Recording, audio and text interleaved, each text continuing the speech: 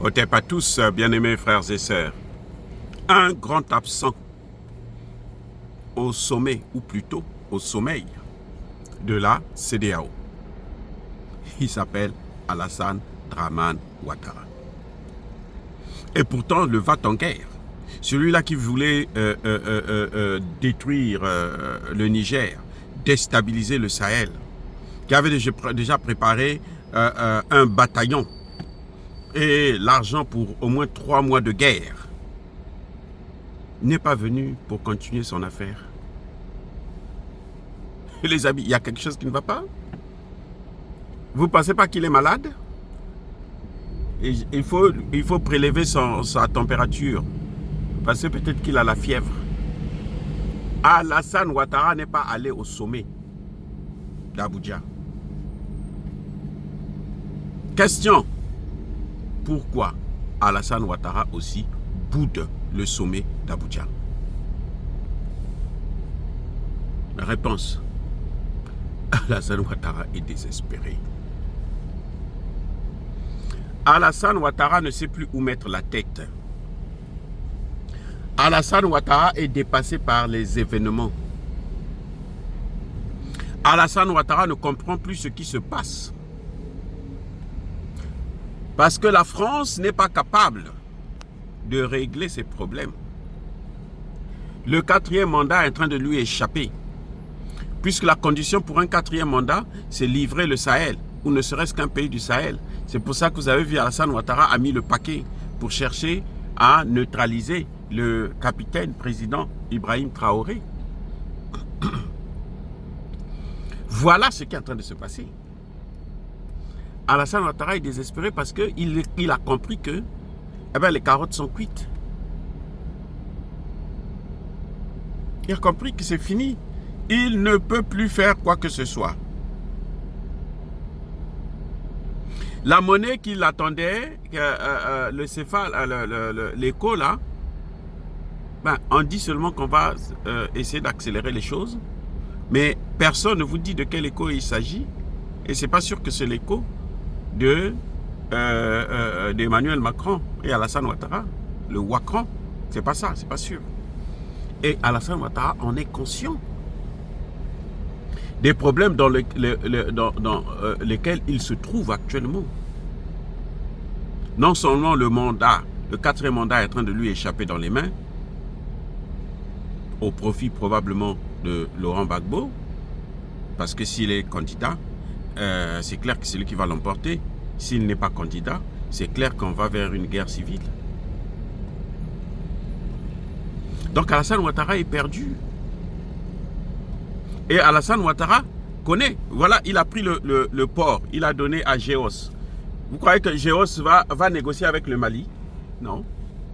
Le Mali ne reviendra plus en Côte d'Ivoire, là-bas, au port.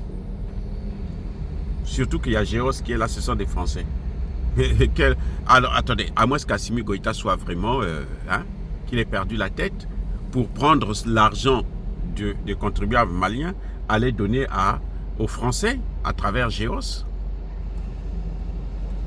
Non, écoutez, ce sommet-là, c'était le sommet du désespoir, le sommet de la honte, où on a vu comment les Occidentaux sont venus nombreux pour venir gérer le processus. Et ils ont échoué. On a essayé de manipuler le président de la commission. On a essayé de toucher Tinubu. Tinubu lui-même, c'est un dribbleur. Tinubu, c'est aussi un autre chameau qui se dribble lui-même.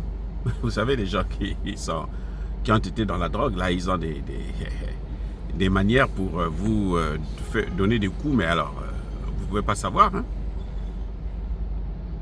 Alassane Ouattara avait besoin de cette guerre pour être sûr qu'il aura un 3e mandat. Et cette guerre est terminée. Tinubu a dit qu'il ne fera pas la guerre. Tinubu sait qu'il ne fera pas la guerre. Aujourd'hui, la France sait que Tinubu ne peut pas faire la guerre au Niger. C'est pour ça que la France est en train de passer par le Bénin. Mais au moment où nous parlons là, même Patrice Talon, il a tellement de problèmes que Patrice Talon lui-même se dit, il est en train de négocier avec la France pour qu'il quitte le Bénin, pour laisser son pays tranquille, pour qu'il ait la paix avec son frère nigérien. Et ce n'est que ça qu'on lui demande.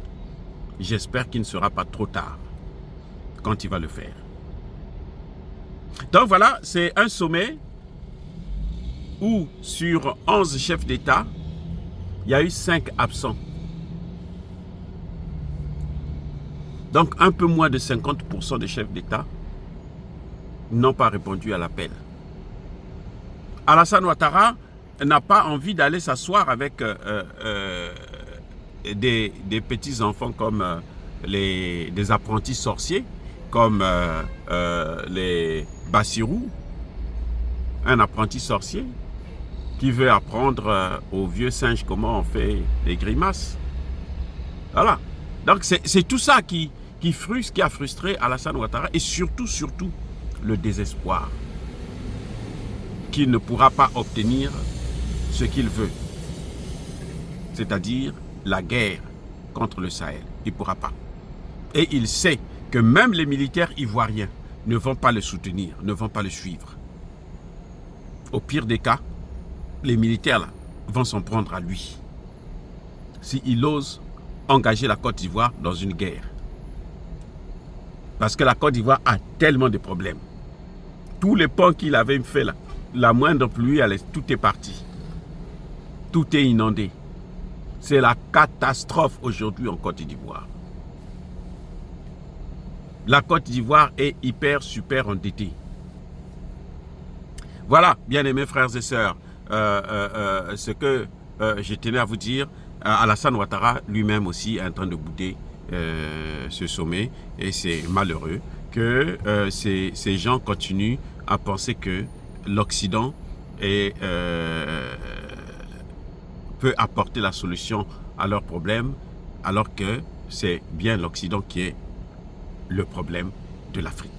Redire cela, c'est inciter à la haine ou à la violence. Non, il y a ma colère, il y a ma lèvre. Encore une fois de plus, soyez bénis, soyez abondamment bénis par le Dieu des Kémites et par nos ancêtres angélisés. Mais que tous ceux qui persécutent le continent africain, le pillent et le déstabilisent, qu'ils soient noirs, blancs, chinois, arabes, juifs, indiens ou qui qu'ils soient punis, maudits, foudroyés, neutralisés, écrasés, effacés par le Dieu des Kémites et par nos ancêtres angélisés. Vive l'Afrique éternelle, j'ai dit et j'assume.